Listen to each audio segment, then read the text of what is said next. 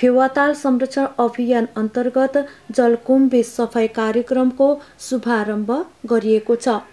वर्षायाममा फेवाताल जलमग्न न्यूनीकरण र सरसफाई साथै ताल वरिपरि बस्तीबाट निस्कने फोहोर मैला उचित व्यवस्थापनका लागि कार्यक्रमको आयोजना गरिएको वातावरण संरक्षणका लागि महाअभियान कास्कीका संयोजक रामबहादुर पौडेलले जानकारी दिनुभयो, जसमा पोखरा महानगरपालिका 6, 18 र 22 वडा कार्यालयको सहयोग रहेको छ। जलकुम्भीको मुख्य स्रोत भनेको जमेर बसे भनेको यहाँ र हर्पन खोलाको पुरा यो फेवाफाटमा हो। त्यसैले जबसम्म जलकुम्भी जार यहाँ अड्केर बस्छ तब अनि पानी आएसँग त्यो फैलिन्छ र बर्खाको यामको जुन बाढी छ, बर्खा याम छ, त्यहाँ पानीको सतह बढेर फेवाफाट तालमा जलमग्न हुन्छ।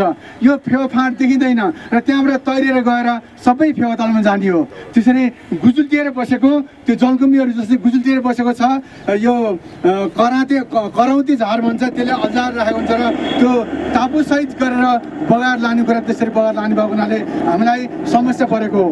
अब त्यो समस्या हुन नदिनको लागि हाम्रो के अरे पोहोर साल सशस्त्र प्रहरी बल नेपालका कालिका गणका गणपति अरुण सरले साथ दिनुभएको थियो भने यसपटक हामीलाई अहिले नयाँ गणपति साहब आउँदै हुनुहुन्छ, सूर्य तिमिल सेना, उहाँको नेतृत्वमा आज हामीले सफाई कार्यक्रम गर्दैछौँ। त्यसैले जबसम्म यो निमिटान्न हुँदैन, जबसम्म फेवाफाटको जलकुम्भी निमिटान्न हुँदैन तबसम्म हाम्रो समस्या रहन्छन् र तर त्यो समस्यालाई के अरे अन्त्य गर्न सकिँदैन तर न्यूनीकरण गर्न सकिन्छ भन्ने उद्देश्यले हामीले यो सोच बनाएका हौँ। हाम्रो वडा नम्बर 18, वडा नम्बर 6 र वडा नम्बर 22 का वडा अध्यक्षले समेत हामीलाई यो अभियानमा साथ दिनुभएको छ।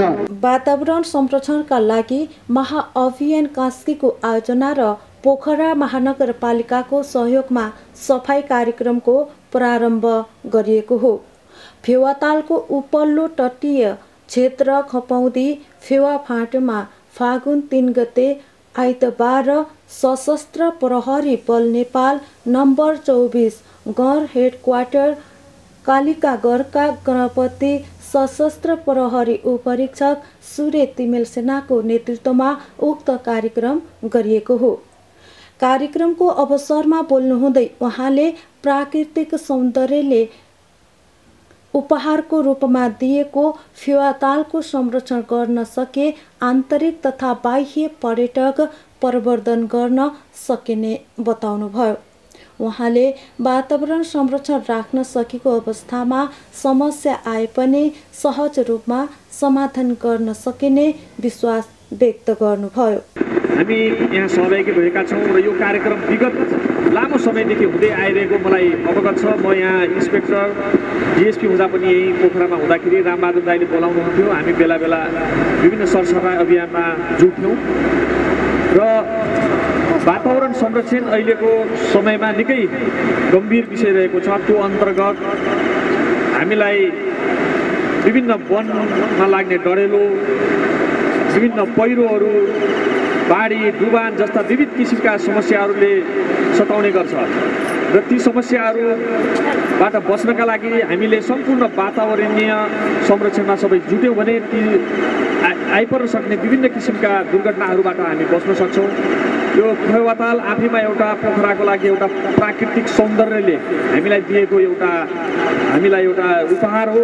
त्यो उपहार हामीले जोगाउनुपर्छ। यसलाई हामीले सबैले यसको प्राकृतिक मनोरमलाई हामीले कायम राखिरहनुपर्छ। यदि हामीले यसलाई जोगाउन सकिएन भने विभिन्न देश विदेशमा पनि फेवाताल घुम्न जाने भनेर सबै मान्छेहरूमा फेवातालको नामले पोखरालाई चिनाइरहेको छ। त्यो पोखरा नभई सेलाउने छ र यो फेवाताललाई हामीले जोगाउन सकेन भने यसको महत्त्व घट्नेछ। तसर्थ यसलाई जोगाउनुपर्छ। यसको सौन्दर्यतालाई हामीले अक्षुण्ण राखिरहनुपर्छ। पोखरा 18 का वडा अध्यक्ष शिवप्रसाद तिमेल सेनाले कार्यक्रमलाई निरन्तरता दिनका लागि वडाबाट बजेट विनियोजन गरिएको र जलारी समुदायलाई पारिश्रमिक दिएर सफाई गरिने जानकारी दिनुभयो। आज हामीले यो एउटा सिम्बोलिक हिसाबले यति बाक्लो उपस्थितिमा चाहिँ शुभारम्भ गरेका छौँ। यो कार्यक्रम भोलिदेखिबाट पनि यो फेवाताल सरसफाइलाई नै के भन्छ आर्थिक वर्ष 81-82 मा चाहिँ केही बजेट पनि व्यवस्थापन गर्नुभएको छ। वडा नम्बर 6 को अध्यक्षज्यू यही हुनुहुन्छ, सदस्यज्यू यही हुनुहुन्छ। त्यही बजेट मार्फत भोलिदेखिबाट जलारी समूहबाट चाहिँ यसलाई आज हामीले जुन यो यसको तिरमा रहेको ठुलो चाहिँ हामीले चाहिँ निकाल्न कोसिस गर्यौं। भोलि पनि माथि यसको सिरानदेखिबाट हामीले अघिल्लो वर्ष बनाएको यो के भन्छ यो बाँसको चाहिँ यो जुन बाँध छ त्यो चेक ड्याम छ त्यो भन्दा माथिको यो चाहिँ सबै झारहरू चाहिँ बाहिर निकाल्ने काम हुनेछ। आज यति बिहानै कति टाढादेखिबाट चाहिँ यहाँहरू चाहिँ उपस्थित हुनुभएको छ। यहाँहरू सबैलाई म मेरो व्यक्तिगत तर्फबाट र वडाको तर्फबाट हार्दिक धन्यवाद व्यक्त गर्दै कार्यक्रममा पोखरा 6 का वडा अध्यक्ष विष्णु भट्टराई, ओडा सदस्यहरू, सशस्त्र प्रहरी, महानगरपालिकाका कर्मचारीहरू, जलारी समुदाय लगायतका विभिन्न टोल विकास समिति, आमा समूहका प्रतिनिधिहरूको सहभागिता रहेको थियो। कार्यक्रमको सहजीकरण नेपाल आदिवासी जनजाति फोनेज पत्रकार महासंघ गण्डकी प्रदेशका अध्यक्ष गोर्खाली रेडियोका स्टेशन म्यानेजर खिमा गुरुङले गर्नुभएको थियो।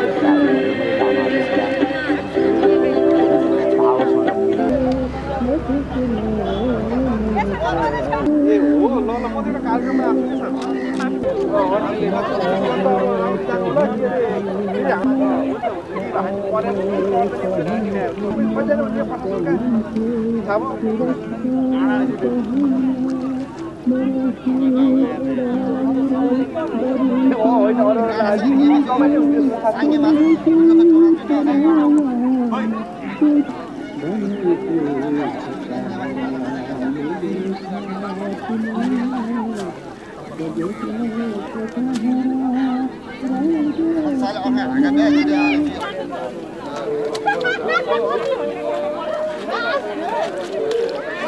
गुन्डागर्दी विरुद्धको अभियान, अराजकता विरुद्धको अभियान र त्यस्तै गरेर एउटा जुन राज्यले एउटा विशिष्ट व्यक्ति पदाधिकारीलाई जुन सुविधा दिने कुरा गरेको थियो पहिला पनि, त्यहाँ हामीले धर्ना बसेर गलत कुराको हामीले खण्डन गर्नुपर्छ भनेर शान्तिपूर्ण धर्ना बसेर हामीले गरेका हौँ। र हामीले राजनीति मेयर बन्नको लागि होइन, वडा अध्यक्ष बन्नको लागि होइन, जनप्रतिनिधि बन्नको लागि होइन, कुनै आयोगको अध्यक्ष बन्नको लागि होइन, तर यो माटोलाई माया गर्नको लागि हो, तपाईँहरूलाई माया गर्नको लागि हो भनेर म तपाईँहरूसँग निवेदन गर्न चाहन्छु।